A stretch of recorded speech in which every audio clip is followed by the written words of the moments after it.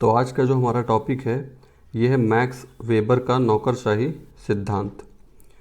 Max weber का ये जो नौकरशाही सिद्धांत है ये सरकार की जो नौकरशाही है केवल उसके लिए नहीं है, जैसा कि सामान्यतया समझा जा सकता है कि नौकरशाही का मतलब केवल ये समझा जा सकता है कि सरकार का जो प्रशासन का तंत्र है उसके लिए कहा जा रहा है, लेकिन ऐसा नहीं है। मैक्स वेबर के अनुसार मैक्स वेबर ने कहा था कि किसी भी ऑर्गेनाइजेशन का जो एडमिनिस्ट्रेशन होगा उसका जो नेचर होगा उसके लिए एक आदर्श परिस्थितियां क्या होनी चाहिए ये वेबर ने बताया है। तो वेबर के अनुसार ये जो नौकरशाही है ये किसी भी प्रकार के संगठन के लिए ये वाला जो मॉडल है लागू किया जा सकता है। तो चलिए देखते हैं कि मैक्स वेबर का नौकरशाही का जो सिद्धांत है, जो मॉडल है, ये क्या है। तो सबसे पहले देख लेते हैं कि हम इस टॉपिक में कौन कौन से सब टॉपिक्स कवर करने वाले हैं। सबसे पहले देखेंगे नौकरशाही का अर्थ अलग अलग थिंकर्स के अकॉर्डिंग क्या मतलब होता है नौकरशाही। फिर उसकी परिभाषाएं भी देखेंगे, अर्थ में सामान्य अर्थ देखेंगे, परिभाषाओं में पॉलिटिकल थिंकर्स की परिभाषाएं देखेंगे। इसके बाद नौकरशाही का उदय कैसे हुआ इसके कारणों पर चर्चा करेंगे। फिर थोड़ा सा मैक्स वेबर के बारे में, इनका एजुकेशन और इनका जो ये थ्योरी देने के पीछे का बैकग्राउंड है वो समझने की कोशिश करेंगे। और फिर एग्जैक्टली इनका जो ब्यूरोक्रेसी का मॉडल है वो क्या है उसके बारे में बात करेंगे। और उसके बाद इनका होगा मूल्यांकन। तो पहले वास्तविक स्थितियों में परीक्षण करेंगे कि जो ये बात कह रहे हैं कि किसी भी प्रकार के संगठन का जो प्रशासन है वो इनके अनुसार बताए गए मॉडल के अनुसार होना चाहिए, तो यदि उसको वास्तविक स्थितियों में हम परीक्षण करें तो क्या पाते हैं। फिर इसके बाद देखेंगे वेबर की आलोचना किस प्रकार से की गई है। तो चलिए, पहला टॉपिक है हमारा नौकरशाही का अर्थ। तो देखिए, नौकरशाही के अर्थ का यहाँ मतलब है कि नौकरशाही को और किन किन नामों से जाना जाता है। जैसे कि नौकरशाही के लिए सिविल सर्विस शब्द भी प्रयोग किया जाता है, मजिस्ट्रेसी भी इसे कहा जाता है। इसके अलावा अधिकारी तंत्र यानी कि ऑफिशियलडम भी कहा जाता है, ऑफिशियल डेस्पोटिज्म भी कहा जाता है, इसे डिपार्टमेंटल गवर्नमेंट भी कहा जाता है, परमानेंट एग्जीक्यूटिव भी कहा जाता है, एलीट भी कहा जाता है, नॉन पॉलिटिकल एग्जीक्यूटिव भी कहा जाता है। तो ये जितने भी हमने अभी इसके और भी दूसरे पर्यायवाची शब्द देखे हैं ये देश और काल में अंतर की वजह से हैं। इसका कारण क्या है कि अलग अलग देश में अलग अलग समय में जो परिस्थितियां थी उनके अनुसार नाम दे दिया गया। यूरोपीय देशों में जो नियमित सरकारी कर्मचारियों का समूह होता है उसके लिए ब्यूरोक्रेसी शब्द का प्रयोग किया जाता है। तो हिंदी में नौकरशाही, अंग्रेजी में इसको ब्यूरोक्रेसी कहते हैं। ये एक फ्रांसीसी शब्द ब्यूरो से बना है जिसका मतलब होता है मेज प्रशासन। जैसा कि आप यहाँ देख सकते हैं कि मेज में यहाँ पे अधिकारी लोग बैठे हुए हैं राजनीतिज्ञों के साथ। तो ये जो कार्यालय में मेज से जो प्रशासन चलाया जा रहा है इसी के लिए ब्यूरोक्रेसी शब्द का प्रयोग किया जाता है। अब देखते हैं कि अलग अलग विद्वानों की परिभाषाएं क्या हैं। तो सबसे पहले वेबर की ही बात कर लेते हैं। वेबर कहते हैं कि ये एक प्रशासकीय संगठन है। ये क्या है? प्रशासकीय संगठन है। ऐसा नहीं कह रहे हैं कि सरकार का है। प्रशासन किसी भी प्रकार का जो संगठन हो उसका जो प्रशासन होगा उसकी बात की जा रही है। तो ये प्रशासकीय संगठन है जिसमें क्या होता है, विशेष योग्यता होती है क्योंकि इनको ट्रेनिंग दी जाती है, इनको ज्ञान के आधार पर चयन किया जाता है, तो विशेष योग्यता होती है। इनसे अपेक्षा की जाती है निष्पक्ष होने की, इनसे अपेक्षा की जाती है तटस्थ होने की। इन सब शब्दों का हम अर्थ डिटेल में नीचे देखने वाले हैं। तो ये रही वेबर की परिभाषा जिसमें कीवर्ड क्या है, प्रशासकीय संगठन है और इसमें विशेष योग्यता, निष्पक्षता और तटस्थता, ये सभी लक्षण पाए जाते हैं वेबर के अनुसार। फिर इसके बाद पॉल एच एप्पलबी क्या कह रहे हैं। इनका कहना है कि तकनीकी तौर पर अगर देखा जाए तो कुशल कर्मचारियों का एक व्यावसायिक वर्ग है। कुशल कर्मचारियों का एक व्यावसायिक वर्ग है। तो यहाँ व्यावसायिक का मतलब बिजनेस से नहीं है, व्यवसायिक का मतलब प्रोफेशनल। ये प्रोफेशनल ग्रुप है, प्रोफेशनल समूह है, जिनका संगठन पद सोपान यानी हायरार्की, पद सोपान यानी कि हायरार्की, यानी कि उच्च अधिकारी, उसके बाद फिर उससे छोटा, उससे फिर उससे छोटा, इस तरीके से अधिकार के अनुरूप ऊपर से नीचे, नीचे से ऊपर घटता बढ़ता क्रम, ये पद सोपान हो गया। और निष्पक्ष होकर राज्य का कार्य करते हैं। तो इनकी जो परिभाषा है, इसमें इन्होंने क्या बोला, कुशल कर्मचारियों का एक प्रोफेशनल समूह है, और पद सोपान वाली बात की और निष्पक्षता की बात की। तो अतिरिक्त बात जो इन्होंने परिभाषा में बता दिया है वो क्या बता दिया, पद सोपान की बात बताई, बाकी तो सारी बातें वेबर की परिभाषा में भी आ ही रही हैं। तो हम इन परिभाषाओं से ये कह सकते हैं कि साधारण शब्दों में कि यार स्थायी कर्मचारियों का शासन है। ये क्या है, स्थायी कर्मचारियों का शासन है। ऐसा नहीं है कि 5 साल बाद ये, जैसे राजनीति में जो लोग चुन करके आते हैं वो बदल जाते हैं, तो ऐसा नहीं है। यहाँ ये स्थायी कर्मचारियों का शासन है, जो ना तो जनता द्वारा चुने जाते हैं और ना ही जनता के प्रति ये उत्तरदायी होते हैं। यहाँ पे जब उत्तरदायी नहीं होते हैं ये कहा जा रहा है, तो इसका मतलब ये है कि प्रत्यक्ष रूप से उत्तरदायी नहीं होते हैं। बाकी जो जनप्रतिनिधि चुने जा रहे हैं उनके माध्यम से इनका जो उत्तरदायित्व है वो रहता है, लेकिन डायरेक्टली जनता के लिए ये उत्तरदायी नहीं है। लेकिन फिर भी देश की जो निर्णय प्रक्रिया है उसमें इनकी महत्वपूर्ण भूमिका होती है। जो संसद के अंदर नीतियां बन रही हैं, कानून बन रहे हैं, उसमें इनका बहुत बड़ा रोल रहता है। तो ना तो जनता इनको चुन रही है, ना तो जनता के लिए ये डायरेक्टली रिस्पॉन्सिबल है, लेकिन फिर भी निर्णय प्रक्रिया में महत्वपूर्ण भूमिका अदा कर रहे हैं। तो इस तरह से अब आप समझ गए होंगे कि ब्यूरोक्रेसी की परिभाषा हम कैसे करेंगे। अब देखिए, अब देख लेते हैं कि नौकरशाही का उदय हुआ कैसे। ये तो हमें पता है कि प्रशासन तो लंबे समय से चला आ रहा है।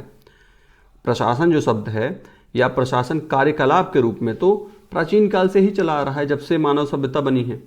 लेकिन नौकरशाही की अगर बात करें तो ये इसके जो चिन्ह हैं 13वीं सदी में मिलना शुरू हो जाते हैं। प्राचीन मिस्र, प्राचीन रोम, चीन में, भारत में भी मिलते हैं। और लेकिन ये जो नौकरशाही तब के जो हमें प्रमाण मिले हैं, ये एक सीमित नौकरशाही थी। सीधी सी बात है, जनसंख्या सीमित थी, क्षेत्र सीमित था, तो नौकरशाही भी सीमित रहेगी। इसका जो विकास हुआ है तेजी से, वो 18वीं सदी से स्टार्ट हुआ है। यूरोप के जो पश्चिमी देश थे वहाँ से, और औद्योगिक क्रांति और जब आधुनिकीकरण हुआ तो बहुत तेजी से इसका विकास हुआ। और न केवल सरकारों में नौकरशाही आ गई, बल्कि विश्वविद्यालय में, आर्थिक संस्थानों में, राजनीतिक दलों में। तो विश्वविद्यालय, आर्थिक संस्थान और राजनीतिक दल में ऊपर जो हमने अभी परिभाषा आपको बताई है ब्यूरोक्रेसी की, ये सब वो सभी लक्षण यहाँ के प्रशासन में भी मिलते हैं। तो इसलिए यहाँ के प्रशासन को भी हम क्या कहेंगे, नौकरशाही कहेंगे। तो अब हम देखते हैं कि भाई आज के टाइम पे तो हर पूरे विश्व में ही नौकरशाही कायम हो चुकी है। अब देखें अगर थोड़ा सा इतिहास में जा कर के, तो जो कुलीन तंत्र हुआ करता था पहले के टाइम पे, प्राचीन काल में, उसमें जब सक्रिय सरकार रुचि नहीं लिया करती थी, तो धीरे धीरे अगर कुलीन तंत्र में सरकार की रुचि नहीं रहेगी, सरकार उस पर ध्यान नहीं देगी, तो धीरे धीरे क्या होगा कि जो सत्ता होगी, जो अधिकार होगा, जो निर्णय लेने की टेंडेंसी होगी, वो किसके हाथों में चली जाएगी, वो अधिकारियों के हाथों में चली जाएगी।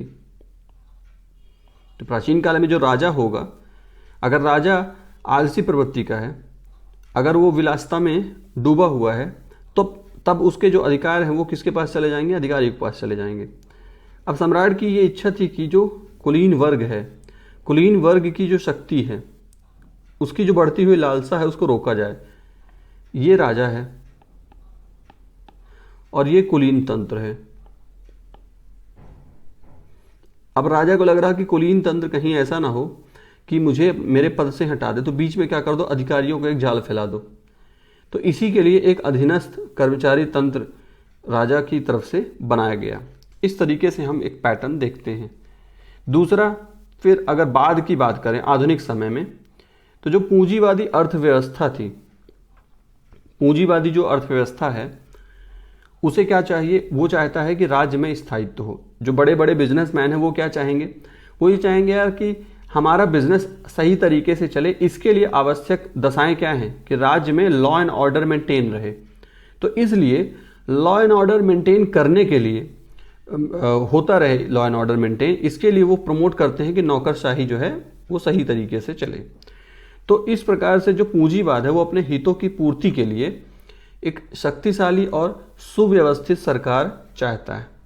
तो इस प्रकार से पूंजीवादी अर्थव्यवस्था से भी हम कह सकते हैं कि नौकरशाही उसके फेवर वाली चीज़ है। तो इस तरह से भी नौकरशाही का उदय हुआ।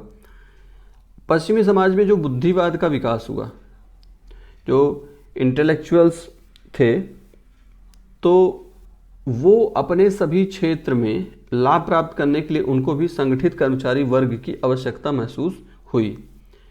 किसी भी क्षेत्र के जो प्रबुद्ध व्यक्ति हैं वो अपने क्षेत्र में सही तरीके से काम तभी कर पाएंगे जब क्या हो, संगठित कर्मचारी वर्ग हो, यहाँ भी लॉ एंड ऑर्डर सही हो, तभी ऐसा हो पाएगा। तो इस प्रकार से भी नौकरशाही का विकास हुआ।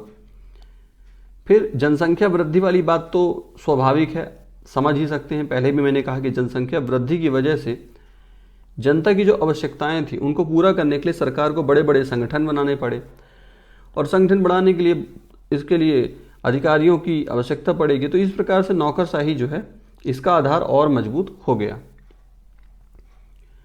और फिर जब इंडस्ट्रियल रेवोल्यूशन हो रहा है, लोकतंत्र आ रहा है, जनसंख्या बढ़ रही है, तो इसकी वजह से जो प्रशासनिक समस्याएं हैं वो भी क्या हो जाएंगी, जटिल हो जाएंगी। तो इसलिए इनसे निपटने के लिए एक सुगठित नौकरशाही की ज़रूरत पड़ेगी। तो इस प्रकार से हम देख सकते हैं कि नौकरशाही का जो उदय हुआ है बहुत सारी समस्याओं से निपटने के लिए हुआ है और बहुत सारे इसके कारण रहे हैं। अब जो है आधुनिक संचार के जो साधन थे इन्होंने भी प्रशासनिक समस्याओं को और जटिल बना दिया है, और ये जो संचार के साधन हैं ये तो और अभी जटिल होने हैं, इनका तो और विस्तार होना है। तो इसलिए ये कारण की वजह से अगर नौकरशाही आ रही तो ये कारण तो और ज़्यादा बढ़ना है। तो इस प्रकार से नौकरशाही भी क्या होगा, और अधिक विकसित होगी। तो अब बात कर लेते हैं, नौकरशाही को हम काफ़ी अच्छी तरीके से समझ चुके हैं। अब हम बात करते हैं मैक्स वेबर के बारे में, जिन्होंने इस तरफ सबका ध्यान दिलाया।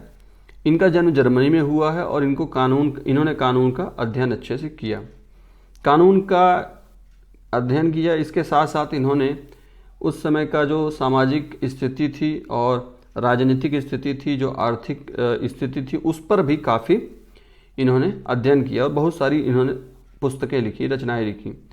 जैसे कुछ नाम देख लीजिए, the theory of economics and social organisation, ये महत्वपूर्ण है। General economic history, Protestant ethic and spirit of capitalism, तो यानी कि ये धर्म के बारे में भी, धार्मिक सिद्धांत जो थे उस पर भी इनका अच्छा अधिकार था, उस पर भी इनका अच्छा ज्ञान था, धार्मिक सिद्धांतों में उसमें भी विशेषज्ञ बन गए। और ये पहले व्यक्ति थे, मैक्स वेबर, ये पहले व्यक्ति थे जिन्होंने नौकरशाही को लोकतंत्र का आदर्श प्रतिरूप माना है। लोकतंत्र की क्या विशेषताएं होती हैं, इस पर एक अलग से वीडियो बन चुका है, आप उसको देख सकते हैं। तो उन विशेषताओं को पाने का एकमात्र तरीका नौकरशाही, ऐसा वेबर मानते हैं। तो इनकी ये जो पुस्तक है the theory of economics and social organisation, इसमें इन्होंने नौकरशाही को डिटेल से समझाया है। क्योंकि हमने तो आपको बता दिया कि ये समाजशास्त्र, राजनीति शास्त्र, इकोनॉमिक्स, अर्थशास्त्र, सब में ही इनकी अच्छी पकड़ है। तो नौकरशाही के बारे में इन्होंने बात इस वाली पुस्तक में की है, तो ये पुस्तक का नाम महत्वपूर्ण हो जाता है। अब हम बात करते हैं कि वेबर एक बुद्धिजीवी हैं, और बुद्धिजीवी होने के बाद फिर ये नौकरशाही पे अपने विचार क्यों दे रहे हैं। तो इसका कारण है, उन्होंने देखा कि औद्योगिक क्रांति के बाद जो मैनेजमेंट था उसमें बड़ा भाई भतीजावाद चल रहा था, लोग अपने ही जो अधिकारी होते थे वो अपने ही रिश्तेदारों को उच्च पदों पर आसीन कर रहे थे बिना किसी योग्यता के। तो बिना योग्यता के जब अपने लोगों को, अपने परिवार के लोगों को आगे बढ़ाया जाता तो इसको क्या कहते हैं, भाई भतीजावाद। और इससे क्या होगा, फिर ये इससे पक्षपात होगा। तो इन सब के विरुद्ध, ये सब जो परिस्थितियां थी, इनसे नाराज होकर के, इनसे दुखी होकर के वेबर ने अपना नौकरशाही का मॉडल प्रस्तुत किया। तो नौकरशाही का ये जो मॉडल था, ये तर्कपूर्ण व्यवस्था पर आधारित था। क्योंकि जैसे हमने अभी बताया कि जो अधिकारी होंगे, जो नौकरशाह होंगे, उनको कैसा होना होगा, उनको न्यूट्रल होना होगा, उनको वस्तुनिष्ठ होना होगा। आगे हम इसके बारे में बात करने वाले हैं। तो ये व्यवस्था कैसी थी, एक तर्कपूर्ण व्यवस्था थी। तो ये समझा जा सकता है कि वेबर ने एक समस्या थी, उस समस्या का समाधान करने के लिए एक अपना मॉडल दिया कि भाई इस तरीके से प्रशासन होना चाहिए। अब क्या है ये ब्यूरोक्रेसी, ये इनका जो ब्यूरोक्रेसी का मॉडल है, यानी कि संगठन का प्रशासन किस प्रकार से चलना चाहिए, इसके लिए ये कहते हैं कि हमारा एक ब्यूरोक्रेटिक मॉडल है। समझते हैं इनका मॉडल क्या है। तो ये अपना पूरा सिद्धांत समझाने के लिए सबसे पहले कहते हैं कि देखिए, शक्ति की परिभाषा को समझिए। इनका कहना है कि शक्ति जो शब्द है ये एक नकारात्मक शब्द है।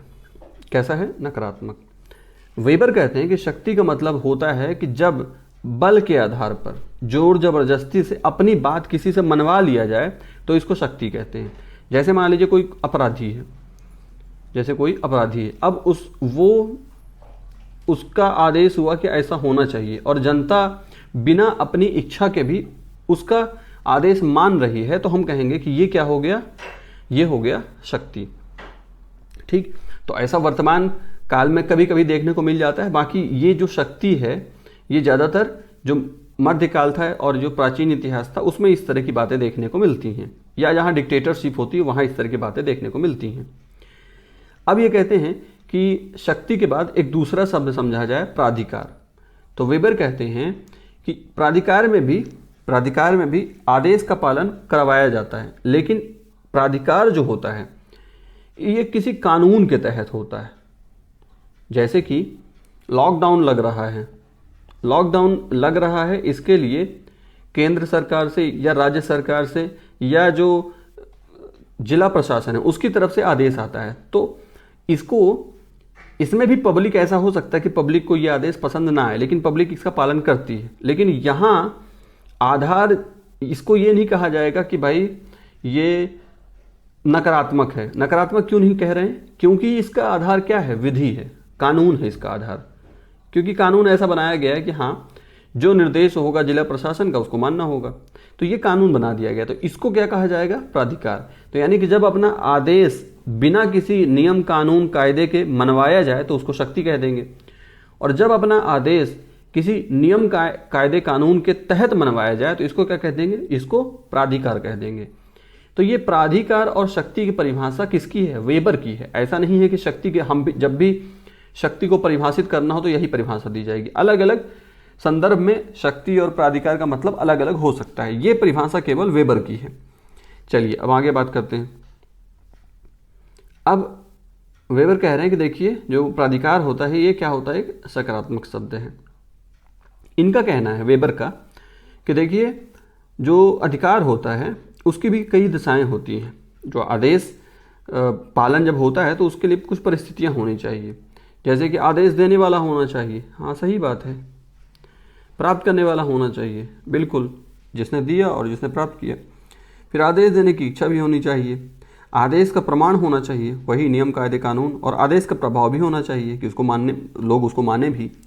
तो ये ऐसी जो यहाँ पे जो बातें बताई गई हैं, ये आप इसको व्यवहारिक तरीके से समझ भी सकते हैं, सरल बात है। अब देखिए, अब तीसरी बात वेबर क्या बताते हैं। पहले उन्होंने क्या किया, शक्ति को परिभाषित किया, फिर उन्होंने प्राधिकार को परिभाषित किया। अब तीसरी बात वो बता रहे हैं, क्या, जो प्राधिकार है इसका वर्गीकरण।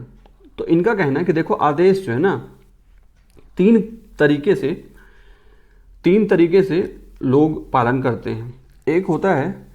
एक प्राधिकार होता है परंपरागत, एक होता है करिश्माई, और एक होता है विधिक और तार्किक। अब इसमें देखते हैं कि इनका मतलब क्या है। तो वेबर कहते हैं कि देखिए, परंपरागत प्राधिकार का मतलब होता है जैसे ब्रिटेन में जो सम्राट होते हैं, या जैसे मुगल शासक जो हुआ करते थे, या मान लीजिए जैसे तिब्बत में दलाई लामा हो गए। तो ये जो हैं, ये क्या है, परंपरागत रूप से। अब मुगल में जो अगला शासक होगा उसका जो पुत्र होगा, उसका जो पुत्र होगा, तो इसी प्रकार से वहाँ पे परंपरा के अनुसार उनको अधिकार मिलता जाएगा। तो इस प्रकार से भी जनता जो होती है, जो पब्लिक होती है, वो अपनी इच्छा से आदेश का पालन करती है। तो यहाँ जो होता है, इस प्रकार के प्राधिकार की जो प्रकृति होती है, ये क्या होती है, अतार्किक होती है। अतार्किक होती है कि भाई शुरुआत में कोई गुरुजी थे, अब वो गुरुजी ने अपना एक फैन फॉलोइंग बनाया, और उसके बाद गुरुजी के बाद दूसरे गुरुजी बन गए।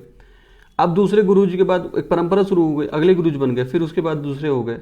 इसी प्रकार से एक सम्राट है, उसका उनका पुत्र, फिर उनका पुत्र, फिर उनका पुत्र। तो ये क्या है, यहाँ पे ये तर्क नहीं है कि इनको अधिकार क्यों मिले। केवल जन्म के आधार पर उनको अगर अधिकार मिल रहा है तो इसको अतार्किक कहा जाएगा। और यहाँ भर्ती और पदोन्नति और प्रशिक्षण का अभाव होता है।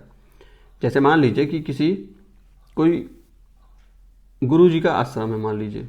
अब गुरुजी के आश्रम में आप चाहें कि आप किसी पद पर जा कर के वो आश्रम का कार्यभार संभाले, तो ऐसा नहीं हो सकता, क्योंकि वहाँ भर्ती जैसी कोई प्रक्रिया नहीं होती, वहाँ पदोन्नति भी नहीं होती, वहाँ कोई प्रशिक्षण जैसी चीज़ भी नहीं होती। सब कुछ किस पे आधारित रहता है, जो वहाँ का जो हेड होगा उनकी इच्छा पे सब कुछ आधारित रहता है। तो इसको क्या कहा जाता है, अतार्किक।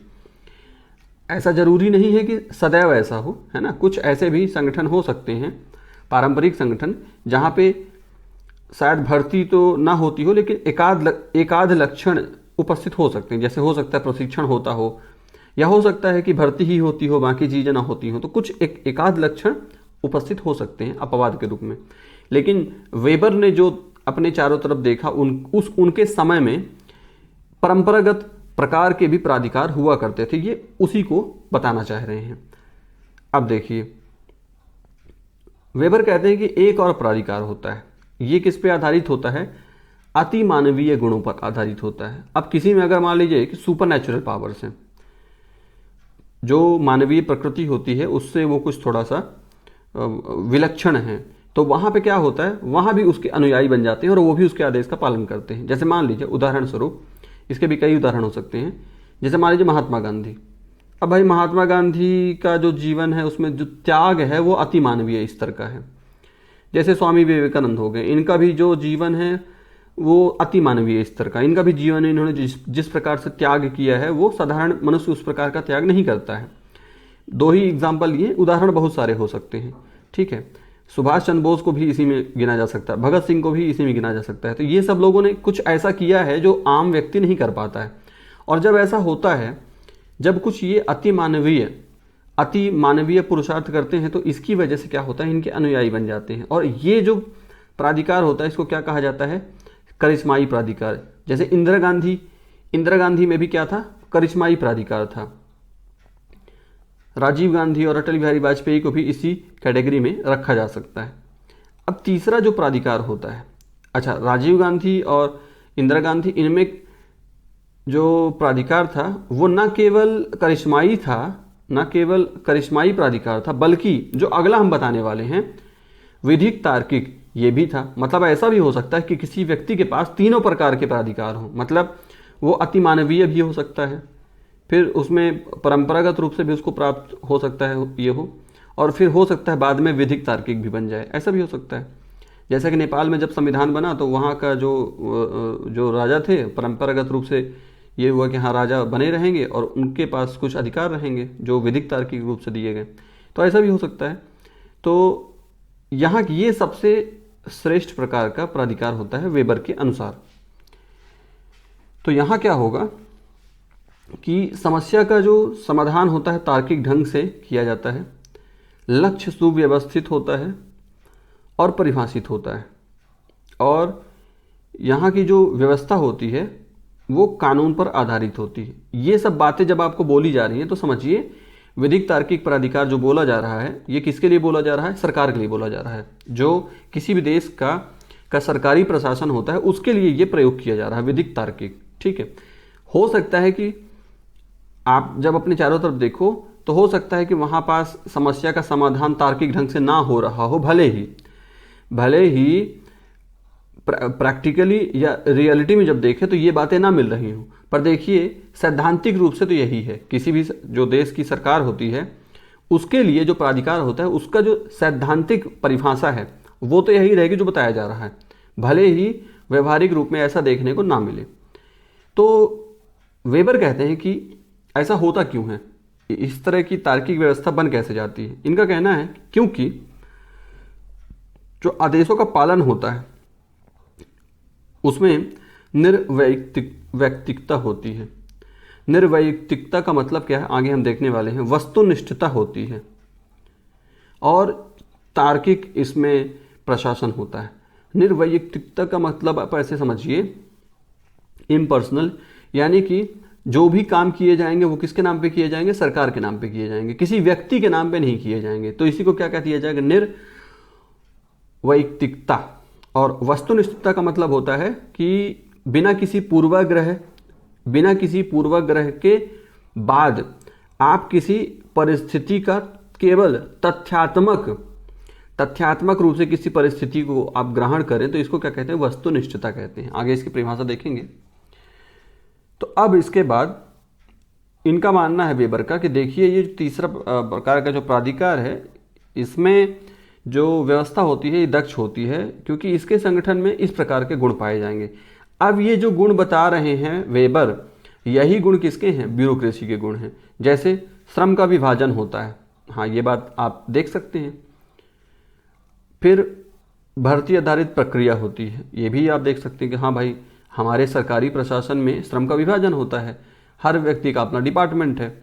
फिर इसके बाद भर्ती होती है, उसके आधार पर प्रक्रिया होती है। इसके बाद केंद्रीयकरण भी होता है, बिल्कुल सही कि भाई केंद्र से आदेश मिलते हैं, निर्देश मिलते हैं, उनका पालन किया जाता है। पद सोपानीय व्यवस्था होती है, ये भी होता है, हायरार्की होती है। फिर उसके बाद उपयुक्त पारिश्रमिक दिया जाता है, हाँ रीजनेबल होता है ये। संविदा आधारित नियुक्ति होती है कि हाँ भाई इतने समय के लिए आपका नियुक्ति किया जा रहा है, चाहे 5 साल हो चाहे 10 साल हो, जो भी हो, या इतने आयु तक 65 वर्ष की आयु तक, जो भी हो। जीवन वृत्ति सेवा होती है। इसके बाद यानी कि ऐसा नहीं कि 5 साल में हटा दिया जाएगा जैसे राजनीतिज्ञ के साथ होता है। एकल व्यवसाय होता है, यानी और आप दूसरा कुछ नहीं कर सकते हो सरकारी जब आप सेवा में हैं तो। और सार्वजनिक और निजी हित में पृथक्करण होता है, ये व्यवहारिक रूप से देखने को मिलता नहीं है, लेकिन ये वेबर ने जो भी अपना मॉडल दिया है उसने कहा कि देखो ऐसा है, रियलिटी में ऐसा कहीं विद्यमान नहीं है, ये मेरी एक आदर्श कल्पना है। वेबर कहते हैं कि जो मेरा मॉडल है, जिसको मैं नौकरशाही का मॉडल कह रहा हूँ, ये क्या है, ये मेरी आदर्श कल्पना है। अनुशासन और नियंत्रण की व्यवस्था होती है, तो हाँ बिल्कुल ऐसा होता है कि अगर कोई अधिकारी अपना अधिकार से ऊपर काम करने लगे तो उसके लिए नियंत्रण की व्यवस्था भी होती है। अनामता होता है, अधिकारी के नाम पे काम नहीं होता है। निर्वैयक्तिकता जो ऊपर बात कर रहे थे। तटस्थता होती है, तटस्थ रहता है वो, भावनाओं से उस पर प्रभाव नहीं पड़ना चाहिए। हालांकि इसको हम जब आधुनिक प्रशासन में देखते हैं, नवीन लोक प्रशासन में, उसमें इसका विरोध किया गया है, लेकिन वेबर का मानना है कि नहीं ये होना चाहिए। गोपनीयता होती है, तो बिल्कुल सही बात है, जो योजनाएं होती हैं, सड़क कहाँ से बनने वाली है, इन सब बातों को उजागर नहीं करना होता है, शपथ भी लेते हैं इसकी वो। नियम आधारित कार्य पद्धति होती है, बिल्कुल सही है। नियम उन्मुक्ता होती है ना, कार्य पद्धति उनके नियम पर आधारित होगी और नियमों का पालन करवाने का उनकी प्रवृत्ति होती है, नियम उन्मुक्ता होती है। निर्वैयक्तिकता की बात हमने बता ही दी। औपचारिकताएं होती हैं, ऐसा नहीं होता है कि आप जाके सीधे किसी अधिकारी से डायरेक्ट मिल सकें, उसके लिए प्रक्रिया होती है कि कैसे मिलना है, कैसे उनसे बात करनी है। उच्चस्थ अधीनस्थ संबंध होते हैं, ऐसा नहीं हो सकता कि जो उच्चस्थ अधिकारी है उसके सामने जो अधीनस्थ अधिकारी है मनमाना अपना व्यवहार कर सके, तो उनका एक निश्चित संबंध होते हैं। तो इस प्रकार से तीनों प्राधिकारों का सर्वेक्षण करने के बाद वेबर कहते हैं कि भाई देखो सबसे तीसरा वाला जो है ना सबसे बेस्ट है। और वेबर मानते हैं कि एक बार अगर नौकरशाही से प्रशासित हो जाए कोई भी समाज या कोई भी देश या कोई भी देश का एक हिस्सा, तो फिर उसका विकल्प नहीं हो सकता है, क्योंकि बड़ी आदर्श व्यवस्था है। अब इतनी आदर्श व्यवस्था से होकर अगर कोई देश गुजर जाएगा तब फिर वो विकल्प के बारे में नहीं सोचेगा। इसके बाद है नौकरशाही पर वेबर के विचार। तो ऊपर हमने जो लक्षण देखे उसके अलावा और वेबर नौकरशाही के बारे में क्या बात बताते हैं, तो 3 बातें ये और बताते हैं। कहते हैं कि नौकरशाही जो है एक सामाजिक संगठन के रूप में भी आप समझ सकते हैं। इनका कहना है दूसरी बात कि नौकरशाही जो है उसका प्रभुत्व रहता है, और तीसरी बात ये एक सार्वभौमिक परिघटना है। 3 बातें बता रहे हैं, कह रहे हैं जैसे सामाजिक संगठन होते हैं, जैसे मान लीजिए परिवार को ही समझ लीजिए, तो परिवार के साथ अगर तुलना करें तो वहाँ भी आप नौकरशाही को देख सकते हैं कि नौकरशाही में उसी तरह के लक्षण विद्यमान हैं जिस प्रकार से किसी परिवार के प्रशासन में होते हैं। प्रभुत्व की बात करते हैं कि भाई जो नौकरशाही है उसका प्रभुत्व बन जाता है, क्यों बन जाता है अभी देखते हैं। और ये कहते हैं कि ये एक सार्वभौमिक परिघटना, मतलब ऐसा नहीं कि केवल सरकार के लिए इन्होंने ये शब्द दिया है, ये किसी भी संगठन में देखा जा सकता है। तो अब देखते हैं इन्होंने सामाजिक संगठन के रूप में किस प्रकार से समझाया है नौकरशाही को। तो इनका मानना है कि देखिए नौकरशाही में भी सामाजिक संगठन के लक्षण पाए जाते हैं। जब मैं सामाजिक संगठन बोलूँ तो आप इसको एक किसी परिवार से मान लीजिए, ठीक है, कि मान लीजिए कोई परिवार है, उस परिवार में भी क्या होता है, पद और प्राधिकार निश्चित होते हैं। ये पता होता है कि भाई जो पिताजी हैं, मान लीजिए वो मुखिया हैं, या दादाजी अगर मुखिया हैं तो उनके क्या क्या अधिकार हैं, मम्मी के क्या क्या अधिकार हैं, चाचा जी के क्या क्या अधिकार हैं, ठीक है, बाकी बच्चे क्या क्या कर सकते हैं। एक तरह से अनौपचारिक रूप से ये बातें निश्चित होती हैं, और दायित्व भी लगभग सुनिश्चित होते हैं। और ये भी बात होती है कि भाई जिस तरह से जिसका पद जितना बड़ा होगा, जिसके पास जितने ज़्यादा प्राधिकार होंगे, उसी तरह से उसका बड़ा दायित्व भी होगा। तो स्तरीकरण भी वहाँ देखने को मिलता है कि भाई पहले दादाजी हैं, दादाजी के बाद फिर पिताजी हैं, पिताजी के बाद फिर चाचा जी हैं, चाचा जी के बाद फिर मम्मी है, मम्मी के बाद इस तरह बड़ा भाई, इस तरह से। तो भाई किसी भी बात की अनुमति चाहिए तो पहले इससे चाहिए होगी, फिर ये इससे बात कर लेंगे, ये इससे बात कर लेंगे, इस तरह से होता है। तो जैसे सामाजिक संगठन दोनों, नौकरशाही हो चाहे सामाजिक संगठन हो, दोनों की सामाजिक भूमिकाएं भी निर्धारित होती हैं। नौकरशाही भी जो होगा उसकी भी कुछ सामाजिक भूमिकाएं होंगी, उसका कोई ना कोई रोल होगा, कुछ ना कुछ उसका कार्य होगा। और अतिक्रमण अगर किया जाएगा तो उसका फिर अनुशासन और नियंत्रण की भी व्यवस्था होती है। तो ऐसा नहीं है कि हमने अभी सरलता के लिए, समझने के लिए, सामाजिक संगठन के लिए हमने परिवार ले लिया, और दूसरे सामाजिक संगठन भी अपने आप आसपास देख सकते हैं। कोई एनजीओ हो सकता है, कोई एनजीओ हो सकता है, और कोई प्राइवेट कंपनी भी हो सकती है, वो भी एक संगठन हो सकता है। और कोई जैसे आप ब्राह्मण समाज, क्षत्रिय समाज, वैश्य समाज ये होते हैं, तो ये भी एक सामाजिक संगठन हो गए। तो वहाँ भी क्या होता है, अनुशासन नियंत्रण की व्यवस्था होती है। तो इस तरीके से वेबर बताना चाह रहे हैं कि भाई नौकरशाही को ऐसा मत बना दो कि केवल सरकार के लिए, नहीं, ये बिल्कुल जैसा समाज के संगठन होते हैं वैसा ही मेरी जो बातें हैं नौकरशाही के लिए, जो मैंने आदर्श स्थितियां बताई हैं, वो आदर्श स्थितियां इसमें भी लागू हो जाएंगी। वेबर ये बताना चाह रहे हैं। फिर इसके बाद दूसरी बात वो कहते हैं, अब दूसरी बात वो समझाना चाह रहे हैं कि नौकरशाही का प्रभुत्व क्यों रहता है, ये डोमिनेट क्यों करने लगती है। इनका कहना है कि 3 बातें हैं, देखिए 2-3 बातें हैं कि यार इनके पास ज्ञान होता है, दूसरा निर्वैयक्तिकता होती है, और वस्तुनिष्ठ आचरण होता है। आप समझते हैं कि ज्ञान से इनका क्या मतलब है। इनका कहना है कि देखिए ऐसा है कि जो नौकरशाह होता है उसके पास 2 प्रकार के ज्ञान होते हैं, एक विशेषज्ञ ज्ञान होता है और एक सेवा ज्ञान होता है। विशेषज्ञ ज्ञान भाई यूपीएससी का एग्ज़ाम क्लियर करने के लिए उसको एक क्या चाहिए होता है, किसी सब्जेक्ट का एक स्पेसिफिक नॉलेज, जैसे ऑप्शनल हो गया उसका नॉलेज होना चाहिए, ग्रेजुएट होना चाहिए, है ना, फिर जीएस का भी नॉलेज होना चाहिए। तो ये तो क्या हो गया, एक्सपर्ट ज्ञान। फिर दूसरा सेवा ज्ञान, कि भाई काम करते करते चाहे कोई पुलिस में हो, चाहे प्रशासन एडमिनिस्ट्रेशन में हो, चाहे कहीं भी हो, उसका एक क्या हो जाता है, सेवा ज्ञान भी आ जाता है, अपने फील्ड का वो एक्सपर्ट बन जाता है। तो इस तरीके से ये जब ज्ञान आ जाता है तो ज्ञान ही शक्ति है, इस बात को फिर नौकरशाही में हम देख पाते हैं कि ज्ञान होने की वजह से उसके पास शक्ति है।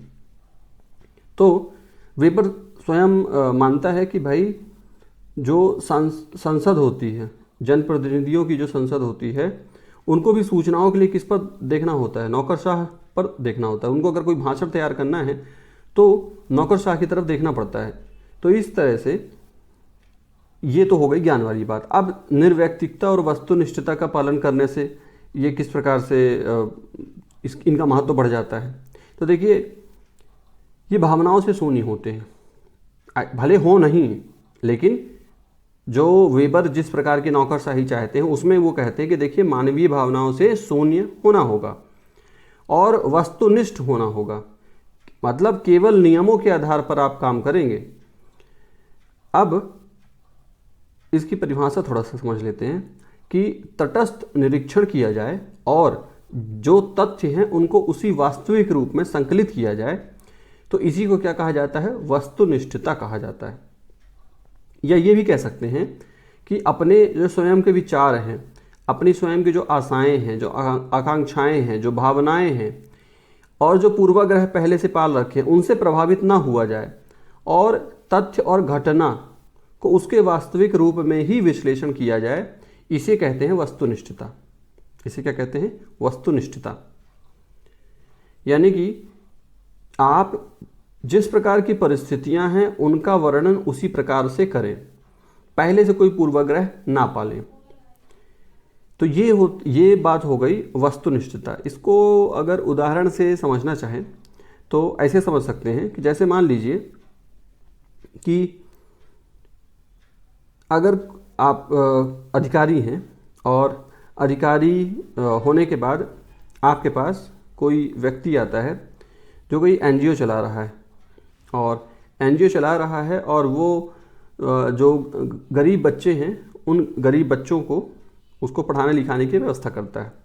तो मान लीजिए कि आपका अनुभव इस व्यक्ति से मिलने के पहले ऐसा रहा हो कि ज़्यादातर लगभग जितने आप एनजीओ के जो चीफ हैं उनसे आप मिले हो, या ज़्यादातर जितने भी आपने लगभग एनजीओ देखे हो, सब में क्या आपको मिला हो? भ्रष्टाचार मिला हो। तो आपका एक पूर्व से आग्रह बन जाता है कि यार ये जो एनजीओ होते हैं ये केवल पैसे कमाने के लिए बनाए जाते हैं, इसमें कोई सेवा भाव नहीं होता है। तो ये आपका क्या बन गया? विचार बन गया। तो आपकी आकांक्षा है कि यार ये जो एनजीओ है इनको बंद करा देना चाहिए। ये आपकी भावना उनके लिए क्या बन गई? एक नकारात्मक भावना बन गई। तो आप इन सब से प्रभावित ना हो, और जब आप किसी एनजीओ की आपको जांच का मामला मिले तो आप केवल तथ्यों पर ही ध्यान दें। आपके पहले से जो आपने पूर्वाग्रह बना लिया है उन सब से प्रभावित ना हो। तो इसी को क्या कहा जाएगा? वास्तविक रूप में विश्लेषण करना। यही होती है वस्तुनिष्ठता। और निर्वैयक्तिकता का मतलब तो हमने बता ही दिया था कि उसमें किसी व्यक्ति का नाम नहीं रहेगा, प्रशासन के नाम पे सारी चीज़ें होंगी, सारे जो कार्य होंगे प्रशासन के नाम पे होंगे, व्यक्ति के नाम पे नहीं रहेगा। तो इस तरह से वेबर कहते हैं कि देखिए जो एक मेरी काल्पनिक नौकरशाही है, इसमें जो नौकरशाह है वो जितना ज़्यादा अमानवीय होगा, यहाँ अमानवीय शब्द का अर्थ नकारात्मक रूप से नहीं लेना है। ये अमानवीय जब कह रहे हैं तो इनका मतलब क्या है? वस्तुनिष्ठ होना। इनका मतलब है कि जो आम जन की जो भावना होती है उससे प्रभावित नहीं होना। अब जो नियम कायदे कानून बनाए गए हैं केवल उसके अनुसार कार्य करना। वेबर के अमानवीय का ये मतलब है। तो वह उतना ही लक्ष्य को प्राप्त करेगी जितना उसको लक्ष्य दिया जाएगा, और इस प्रकार नौकरशाही का प्रभुत्व बन जाएगा। तो वेबर कहते हैं कि जो मैंने आदर्श स्थितियां सोची हैं नौकरशाही के लिए, यदि उनका पालन किया जाएगा तो निश्चित तौर पे फिर नौकरशाही का प्रभुत्व बन जाएगा। यानी कोई भी प्रशासन का जो राज्य का जो प्रमुख होगा वो चाहेगा कि इस प्रकार के व्यक्ति नीचे काम करने वाले हों जो परिस्थितियों के प्रति कैसे हों? तटस्थ हों। तो अगर ऐसी व्यवस्था उसको एक बार मिल जाएगी तो फिर वो उसको नहीं चाहेंगे कि वो व्यवस्था बदले, और इसीलिए नौकरशाही का प्रभुत्व हो जाता है। फिर तीसरी बात जो वेबर बताते हैं कि भाई जो नौकरशाही का मेरा जो आदर्श एक नौकरशाही की जो कल्पना है ये एक सार्वभौमिक परिघटना, मतलब हर जगह इसको लागू किया जा सकता है किसी भी संगठन के लिए, चाहे वो प्राइवेट हो चाहे सरकारी। जब भी संगठन बहुत बड़ा हो जाएगा, मानवीय सहयोग की एक सीमा से बाहर चला जाता है, आकार बड़ा हो जाता है और कार्य के बंटवारे की जरूरत पड़ेगी, तो जैसे ही कार्य का बंटवारा होगा तो आप जब कार्य का बंटवारा करोगे तो यही तो मैं बताता हूँ कि नौकरशाही है। अब वेबर के नौकरशाही मॉडल को हम किसी भी संगठन में कैसे देख सकते हैं? जैसे मान लीजिए कोई भी बड़ा संगठन है तो उस संगठन में कार्य का बंटवारा होगा, तो बस अगर कार्य का बंटवारा होगा तो इसका मतलब क्या हुआ कि वेबर ने जो बातें बताई हैं आप वही कर रहे हैं, मतलब नौकरशाही। फिर श्रम का विभाजन किया जाएगा और योग्यता, जब श्रम का विभाजन होगा तो योग्यता के आधार पर भर्ती की जाएगी, और अगर किसी संगठन में ऐसा होता है तो फिर ये भी नौकरशाही का लक्षण हो गया। तो वेबर बताना चाह रहे हैं कि देखिए किस प्रकार से किसी भी संगठन में नौकरशाही का लक्षण तो विद्यमान हो ही जाएगा। फिर देखिए जब भर्ती होगी तो अधिकारियों का उनके कार्य का वेतन भी देना होगा। तो किसी भी संगठन में ऐसा नहीं हो सकता कि कार्य होते रहें और वेतन न दिया जाए। वेतन दिया जाएगा तो ये भी नौकरशाही के लक्षण हो गए। और फिर उनके साथ जब वेतन दिया जाएगा तो उसका फिर एक कोई कॉन्ट्रैक्ट भी बनेगा। ऐसा नहीं कि आज वेतन दिए, अगले अगले महीने कम वेतन दे दिए, फिर अगले महीने ज़्यादा वेतन दे दिया, ऐसा नहीं चलेगा। एक कॉन्ट्रैक्ट बनता है। तो ये भी किसका लक्षण हो गया? नौकरशाही का लक्षण हो गया। फिर जब अब कॉन्ट्रैक्ट ही बन रहा है तो फिर नियम भी तो होने चाहिए ना कार्य करने के। और जब नियम बनाने होंगे, कार्य की अवधि निश्चित होगी, अवकाश निश्चित होगा, तो ये भी नौकरशाही का लक्षण हो गया। फिर संगठन बड़ा होगा तो लेन देन लिखित होंगे और निर्णय जो लिए जाएंगे वो भी लिखित रूप में होंगे। तो ये भी क्या हो गया? ये भी नौकरशाही का लक्षण हो गया। नियम उन्मुखता वाली बात बताई थी ना नौकरशाही के लिए।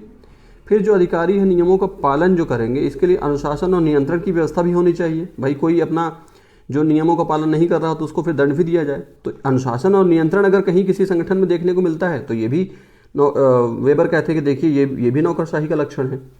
तो इस प्रकार से हम देखते हैं कि यार कोई भी संगठन हो, वो चाहे या ना चाहे, वो जिस प्रकार से उसका स्वरूप आदर्श स्वरूप बनेगा, वही आदर्श स्वरूप जो है वेबर कहते हैं यही तो नौकरशाही है।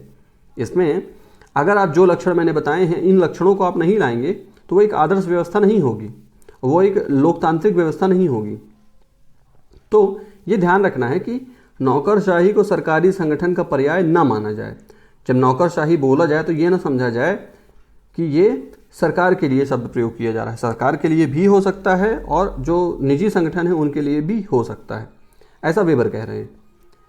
तो इस प्रकार से जो नौकरशाही है वो किसी भी देश और काल में मिल सकती है। उसके लिए कोई ऐसी सीमा नहीं है कि किसी सरकार के लिए ही बस है, किसी भी स्थिति में मिल सकती। बस ये सारे लक्षण जो हैं, जरूरी नहीं है कि व्यवहारिक रूप से सभी लक्षण मिल जाएं। ऊपर मैंने लगभग 18 लक्षण आपको गिनाए थे नौकरशाही में कौन कौन से होने चाहिए।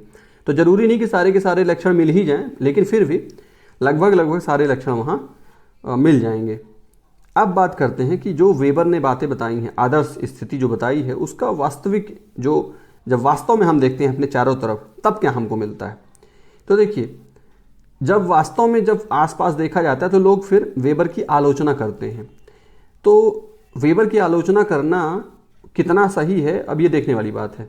क्योंकि वेबर ने खुद अपने रिसर्च पेपर में लिखा है कि भाई ये एक आदर्श स्थिति है, जो मैं बातें बता रहा हूँ ये एक मानसिक निमित्ति है, ऐसा कहीं है नहीं, ऐसा होना चाहिए, ऐसा वो बता रहे हैं।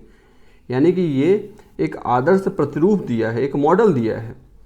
और उनका कहना है कि भाई इन लक्षणों को वास्तव में अपना लिया जाए तो किसी भी जो संगठन में जितना आप इसको अपनाओगे उतना आपको इसका बेहतर परिणाम मिलेंगे, और जितना आप इसमें विक्षेपण होगा उतना ही नौकरशाही जो मैंने बताई है वो कम होती जाएगी। तो अब देखिए, आलोचक जैसे कि रिक्स हैं, ये पॉलिटिकल थिंकर हैं और इन्होंने आलोचना की है। ये क्या कहते हैं कि जो वेबर ने बातें बताई हैं वो कैसे बातें बता दी, इसका तो उन्होंने कोई अनुभव किया नहीं, तो बातें कैसे बताई।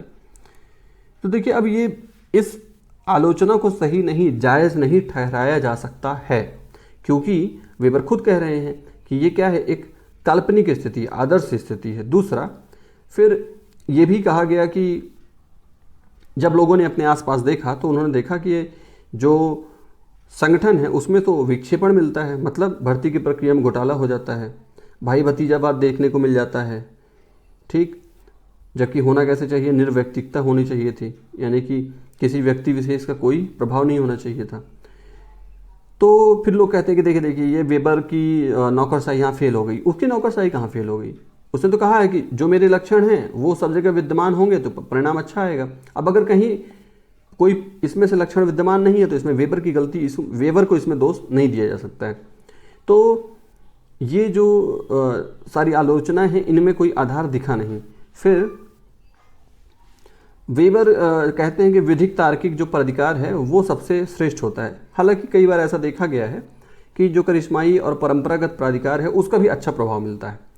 जो नेता रहे हैं जिनका कि करिश्माई प्रभाव रहा है, चैरिस्मेटिक पर्सनालिटी रही है, उस पर्सनालिटी की वजह से अच्छा भी काम हो जाता है। जैसे गांधी जी, अटल बिहारी वाजपेयी, तो विवेकानंद, तो इन लोगों के जरूरी नहीं है कि अगर परंपरा के साथ कोई प्राधिकार मिला है तो वो नकारात्मक ही उसका परिणाम देखने को मिले। राजीव गांधी जी के टाइम पे भी इसी प्रकार से था कि परंपरागत प्राधिकार होते थे, लेकिन उसका कई जगह पर उसका अच्छा प्रभाव पड़ जाता था। तो अब अभी तक हमने तो उन आलोचनाओं का खंडन किया है जिनका कि आधार नहीं है, जो निराधार है, लेकिन अब हम वास्तव में देखते हैं कि कुछ तो आलोचनाएं हैं जिनको देखना पड़ेगा। जैसे कि प्रशिक्षित असक्षमता, ये वेबलन और मर्टन बताते हैं एक ये कमी, एक इस प्रकार, ये दो जो थिंकर हैं, ये इनका अपना दृष्टिकोण है कमी देखने का। फिर रॉबर्ट प्रेस्थस जो है, इनका कहना है कि लक्ष्य विस्थापन की समस्या होती है। इसका मतलब क्या है, प्रशिक्षित असक्षमता का मतलब क्या है, इसको हम अभी देखते हैं। पहले ये देख लेते हैं कि किसने कौन सी बात बोली है। रॉबर्ट प्रेस्थस क्या कह रहे हैं, लक्ष्य विस्थापन की समस्या हो जाती है। फ्रेडरिक रिक्स क्या कह रहे हैं, विकासशील देशों में जो तुम्हारा मॉडल है ये नहीं चलेगा। अब तीनों का क्या, अब इन तीनों की बातों का जस्टिफिकेशन हम कैसे करेंगे, इसको जरा देख लेते हैं। सबसे पहले बात करते हैं प्रशिक्षित असक्षमता। इसका मतलब ये होता है कि किसी को बहुत ट्रेनिंग दे दी जाए, लेकिन उसके बाद भी वो क्या हो जाए, वो जिस प्रकार से अपेक्षा थी वो उन अपेक्षाओं पर जब कोई खरे नहीं उतरता है, तो इसको कहा जाता है प्रशिक्षित असक्षमता। इसमें ये कहते हैं कि देखिए, जब कोई व्यक्ति प्रशिक्षित हो गया है लेकिन फिर भी वो दायित्व का बेहतर प्रकार से उसका पालन नहीं कर पा रहा है, तो इसको नौकरशाही की अपकार्यात्मकता भी कहते हैं। जैसे कि विकासशील देशों में, मान लीजिए भारत की बात करें, तो भारत में नौकरशाही को खूब प्रशिक्षण दे दिया, 2 साल का लवासना में इधर उधर कहीं प्रशिक्षण के लिए भेज दिया, बाद में भी प्रशिक्षण होते रहते हैं, लेकिन फिर भी जब वो अधिकारी जाके पदस्थ होते हैं तो उसके बाद हम देखते हैं कि बहुत सारी परियोजनाएं जो हैं पूरी नहीं हो पा रही हैं, बहुत सारी परियोजनाएं लटकी हुई हैं। तो इनका मानना है कि जो व्यावसायिक प्रशिक्षण दिया जाता है तो उससे सदस्यों में नियम उन्मुखता और प्रक्रिया उन्मुखता तो बढ़ जाती है, और लंबे समय तक जब वो नियम के आधार पर ही काम करने की उनकी प्रवृत्ति बन जाती है तो वो कैसे बन जाते हैं, यथास्थितिवादी बन जाते हैं। जबकि हम शुरुआत से पढ़ रहे हैं कि जो लोक प्रशासन है बड़ा डायनेमिक नेचर का एक कार्यकलाप है, लेकिन क्योंकि कायदे कानून पालन करना है, उनका पालन होना ही चाहिए, तो उनकी जो प्रवृत्ति बन जाती है वो कैसी बन जाती है, प्रक्रिया उन्मुख बन जाती है, नियम उन्मुख बन जाती है, और इस प्रकार से यथास्थितिवादी हो जाते हैं। तो अब जब स्थितियां परिवर्तित होती हैं तो वो निर्णय नहीं ले पाते हैं, वो निर्णय नहीं ले पाते हैं। और भारत जैसे देशों में एक ये भी रहता है कि ज़्यादा जिम्मेदारी नहीं लेना चाहते, उससे फिर बाद में उनको दोष भी दिया जा सकता है। अगर किसी अधिकारी ने निर्णय ले भी लिया तो फिर जो दूसरे लोग हैं जिस पे उस निर्णय का प्रतिकूल प्रभाव पड़ रहा है, अच्छा उस निर्णय की वजह से किसी का अगर फ़ायदा नहीं हो पा रहा है, तो वो फिर उसमें क्या कर देते हैं, उसमें फिर प्रतिक्रिया होती है, उनको फिर जो है तो हतोत्साहित किया जाता है। तो इस वजह से भी निर्णय में क्या हो जाता है, विलंब हो जाता है। अब दूसरी बात जो देखिए, यानी कि ये वास्तव में आलोचना हुई क्योंकि यहाँ पे नियम उन्मुख होने की वजह से निर्णय ढीला पड़ रहा है। यानी कि अगर हम वेबर की बात को अक्षरशः मान लिया जाए कि भाई नियम के बाहर जाके कोई काम नहीं करना है, तो इससे क्या हो जाता है, निर्णय में विलंब हो जाता है, क्योंकि टाइम जैसे ही खत्म हुआ तो शटर बंद हो जाएगी, सरकारी अधिकारी कह देगा बस अब कल आना, आज नहीं। तो जो नवीन लोक प्रशासन है उसमें क्या कहा गया है कि ये नहीं होना चाहिए, इतना भी नियम उन्मुख ना हो जाइए कि निर्णय ही क्या हो जाए, टल जाए। तो ये एक आलोचना हुई। फिर दूसरी बात, लक्ष्य विस्थापन की समस्या। अब जो नौकरशाह होते हैं वो ये मान लेते हैं कि मात्र हमें इस पद पर केवल इसलिए बिठाया गया है कि इन नियमों का हम पालन कर सकें। वो ये भूल जाते हैं कि नियम कायदे कानून बनाए किस लिए गए हैं, जनता के कल्याण के लिए बनाए गए हैं। तो मुख्य जो आपका लक्ष्य है वो क्या है, जनता का कल्याण। नियम कायदे कानून तो साधन है भाई, ये पथ है, लक्ष्य नहीं है। और जो नौकरशाह होते हैं वो यदि पूरी तरह से वेबर की बात मान लें तो वो कैसे हो जाते हैं, नियम को पालन करना ही वो मान लेते हैं कि हमारे जीवन का लक्ष्य है। अगर हम इस पद पर हमको चुना गया है तो किसके लिए केवल चुना गया है, नियमों के पालन करने के लिए, जबकि ये उद्देश्य नहीं है, उद्देश्य तो जन कल्याण है। तो इस प्रकार से जो उनका मूल लक्ष्य है उसको वो भूल जाते हैं। तो ये एक कमी मिलती है।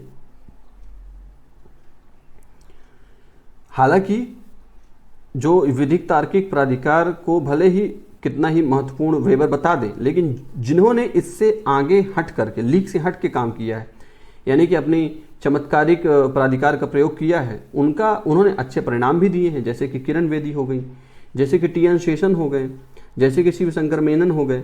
ये वो लोग हैं, ये वो अधिकारी हैं जिन्होंने जो परंपरागत नियम कायदे कानून बताए जा रहे हैं उससे थोड़ा अलग हटके काम किया। तो इन्होंने जो नवीन लोक प्रशासन है उसको वास्तव में क्या किया, रिप्रेजेंट किया है। फिर अगली कमी देखते हैं, विकासशील देशों में अनुपयोगी।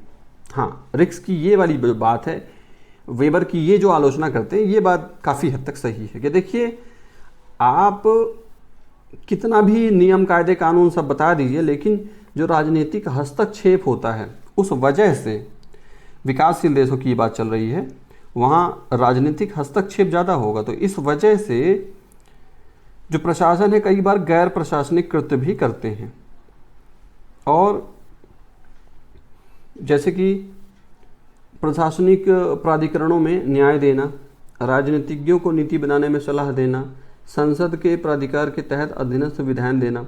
मतलब नीति बनाने का काम किसका है, राजनीतिज्ञ का है, लेकिन क्योंकि ये ज़्यादा पढ़े लिखे हैं नहीं तो नीति बनाने में फिर सलाह किसकी माननी पड़ेगी, इनको प्रशासकों की माननी पड़ेगी, ब्यूरोक्रेट्स की माननी पड़ेगी।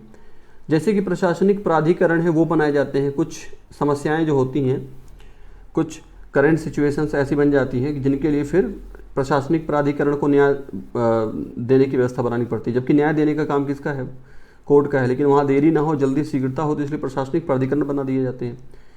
जैसे संसद में के प्राधिकार के तहत अधीनस्थ विधान दे देना कि भाई जो लोकल प्रशासन है उसको कह देते हैं कि आप भी कुछ अपनी तरफ से कानून बना सकते हैं। तो ये सब कुछ क्यों ऐसा करना पड़ रहा है कि भाई यहाँ के जो राजनीतिज्ञ हैं वो उतने परिपक्व नहीं हैं जितने कि विकसित देशों के होते हैं।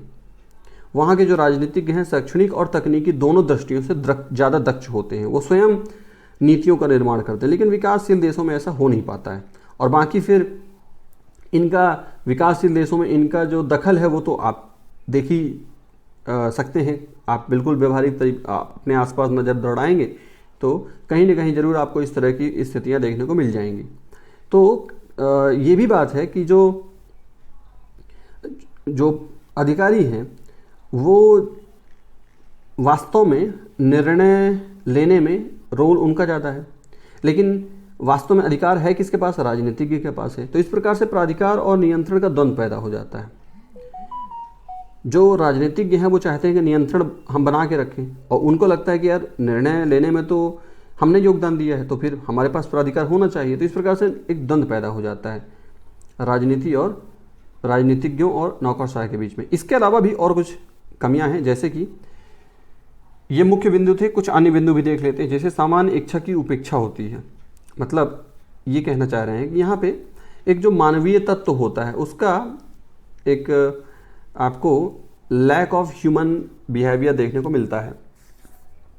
तो ह्यूमनिज्म जो है वो थोड़ा सा कम देखने को मिलता है। जन इच्छा कभी कभी कुछ और होती है, लेकिन जो नियम कायदे कानून बना दिए जाते हैं वो उनका पालन करना उनकी मजबूरी हो जाती है। तो इस प्रकार से जैसे मान लीजिए कोविड के टाइम पे ज़्यादा बेहतर होगा कि सज़ा के तौर पर उनसे उठक बैठक लगवा ली जाए, या उनको थोड़ा सा दौड़ा दिया जाए, या उनसे कोई कसरत करवा ली जाए। लेकिन अगर उसमें उन पे बहुत भारी आर्थिक दंड दिया जाएगा तो इसकी वजह से जो जनता है वो वैसे ही बुरी आर्थिक स्थिति से गुजर रही है, वो बेचारे और परेशान हो जाएंगे।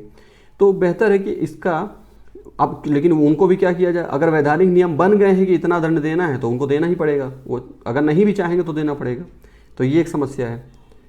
फिर बंद प्रणाली प्रतिमान, क्लोज्ड सिस्टम मॉडल, होता क्या है कि वो केवल नियम और सिद्धांतों पर दृढ़ रहते हैं, और इस प्रकार से इसको एक मशीनी सिद्धांत कहा जा सकता है। वही वाली बात है जो ऊपर हमने बात की कि भाई केवल जो नियम कायदे कानून है उसी पे वो अडिग रहते हैं कि भाई हमको इसका पालन करना ही करना है।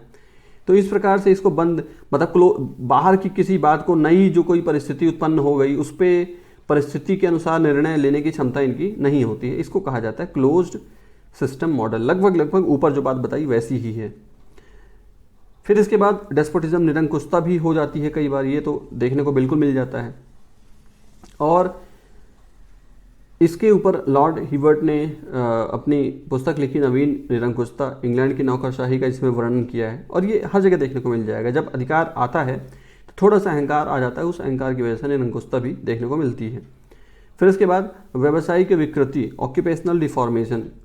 तो इसका मतलब क्या है कि नियमों का इतना ज़्यादा पालन किया जाए कि जो व्यक्ति को अपने कार्य के प्रति मानसिक संताप होने लग जाए। मतलब किसी अधिकारी को ऊपर से आदेश मिला है कि ऐसा करना है, अब वो अधिकारी समझ रहा है कि ये जो आदेश मिला है ये अच्छा नहीं है, इसमें त्रुटियां हैं, लेकिन वो क्या करे, क्योंकि उसका काम ही यही है कि जो ऊपर से आदेश मिला है उसका पालन करना। मान लीजिए लाठीचार्ज करने के लिए बोल दिया, और जो निचले अधिकारी वो समझ रहा है कि लाठीचार्ज करना उचित नहीं है, लेकिन फिर भी वो लाठीचार्ज करेगा, तो उसकी वजह से उसको क्या होगा, मानसिक संताप होगा। इसी को कहा गया है व्यावसायिक विकृति। वार्नर ने इसको व्यावसायिक विकृति का नाम दिया है। फिर इसके बाद लचीलेपन का अभाव देखने को मिलता है। बिल्कुल वही वाली बात है, ऊपर लगभग हम अलग अलग शब्दों में बातों को बताया जा रहा है, लेकिन भाव सबका वही है कि परिवर्तित परिस्थितियां कभी कभी ऐसी सामने आ जाती हैं कि जिसमें थोड़ा सा जो नियम कायदे हैं उनको थोड़ा सा किनारे करना पड़ सकता है, लेकिन फिर भी क्योंकि उनको पूर्व प्रशिक्षण जो दिया गया है वो उसी का पालन करते हैं, तो इस प्रकार से कह सकते हैं कि लचीलेपन का अभाव भी मिलता है। औपचारिकता पर बल, फॉर्मेलिटीज़ बहुत सारी होती हैं। अगर कई बार एफआईआर आपको करवानी है तो उसके लिए बहुत सारी ऐसी फॉर्मेलिटी है जिससे कि न्याय शीघ्र मिलना चाहिए, लेकिन वो शीघ्र मिल नहीं पाता है, न्याय में देरी हो जाती है, और न्याय में देरी होना अपने आप में अन्याय है। इस प्रकार से आगे देखें, शक्ति का दुरुपयोग भी देखने को मिलता है। इसमें कोई ऐसी बात नहीं है जो आपको ना पता हो, बिल्कुल आप देख सकते हैं अपने आसपास।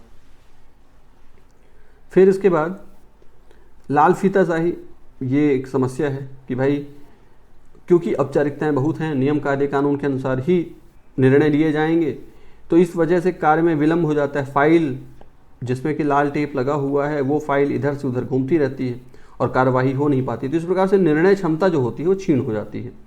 तो अगर आपको ये सारे बिंदु में बहुत सारे बिंदु ओवरलैपिंग लग रहे हो, मतलब ऐसा लग रहा हो कि सर ये पहला वाला पॉइंट और दूसरा वाला पॉइंट इनका मतलब तो एक ही जैसा लग रहा है, तो आप अपने जितने मार्क्स का क्वेश्चन आता है उसके हिसाब से आप वहाँ से पॉइंट्स ले सकते हैं, आपको जो ठीक लगे।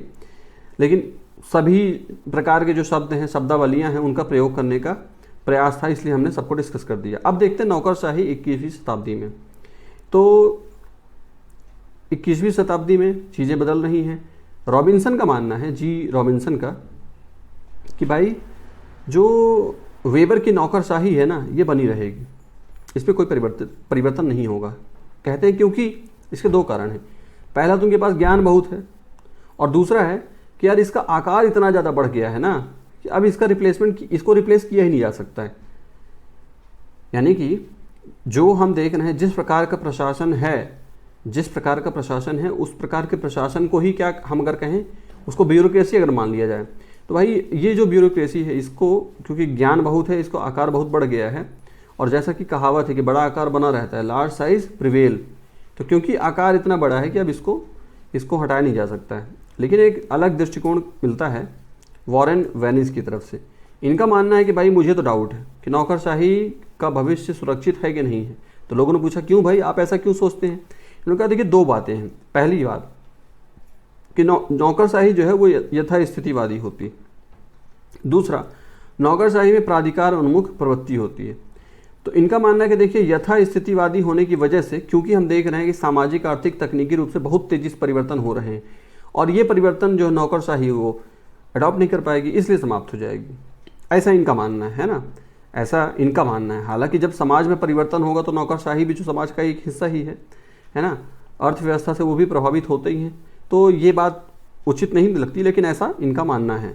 फिर इनका दूसरा क्या मानना है कि क्योंकि नौकरशाही में प्राधिकार उन्मुख प्रवृत्ति होती, मतलब उनको पास अधिकार मिल गए, उनको एक बार आदत पड़ गई है कि भाई वो अपना अधिकार का बिल्कुल प्रयोग करें। अब अगर उच्चस्थ से उनको आदेश मिले और उसके बाद वो आदेश उनको ठीक ना लगे, तो इस प्रकार से आदेशों को पूरी तरह से वो स्वीकार नहीं करेंगे। यानी कि एक तरह से एनार्की की बात ये कर रहे हैं, और कहते हैं कि इस तरह से नौकरशाही का विघटन हो जाएगा। यानी ऊपर से उनको ऐसे आदेश मिल जाएं जो उनको पसंद ना हो और उसका पालन ना करें, क्योंकि उनको आदेश अपना पालन करवाने की एक तरह से आदत पड़ गई है। तो ये बात भी थोड़ा सा ठीक नहीं समझ में आती है। यानी कि ये जो कहा जा रहा है नौकरशाही के बारे में 21वीं शताब्दी में, ये थोड़ा सा तर्कसंगत नहीं लगता है। लेकिन इस प्रकार से हम कह सकते हैं कि भाई ऊपर वाली जो बात बोली गई थी कि क्योंकि ज्ञान है नौकरशाही के पास और नौकरशाही के पास आकार बहुत बड़ा है, तो इस प्रकार से हम कह सकते हैं कि इसमें परिवर्तन ऐसे आसानी से नहीं होगा। कोई ऐसी नई व्यवस्था तत्कालिक रूप से नहीं आ पाएगी। और 21वीं शताब्दी में अगर जो नौकरशाही है, जैसा कि आदर्श बोला गया था, उसमें बस थोड़ा सा नवीन लोक प्रशासन के अनुरूप अगर परिवर्तन कर दिया जाए तो बिल्कुल ये बनी रहेगी। ये एक आदर्श व्यवस्था तब हो पाएगी। तो इस तरह से ये नौकरशाही का मॉडल यहाँ पे वेबर का ख़त्म होता है। आई होप आपको सारी बातें क्लियर होंगी, लेकिन फिर भी अगर कोई डाउट रह जाए तो आप कमेंट करके बता सकते हैं। आप पे डाउट को क्लियर करने की कोशिश करेंगे। Thank you.